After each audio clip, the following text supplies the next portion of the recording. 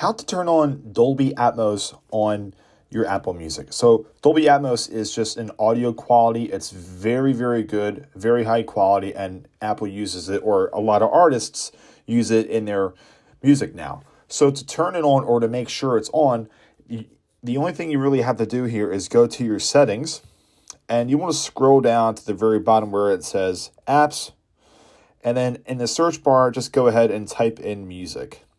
So what that's going to do is you'll be able to go in here and you have a lot of different kinds of settings going on. So you want to scroll down until it says audio, and you see Dolby Atmos at the top. As you see, mine is currently off, and we can just always have it on or just automatic. So we will just have it on automatic. Go ahead and turn on the Dolby Atmos downloads as well. That way you can download the highest quality audio as well.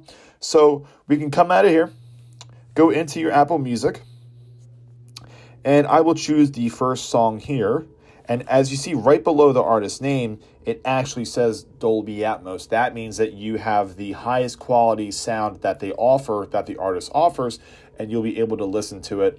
And that's it. That's how you would go about turning on your Dolby Atmos on your Apple Music. And it's important to know that certain artists or certain songs don't actually have it available. So if I were to scroll down and click on the one over here to the left, you'll see underneath the artist name that it does not have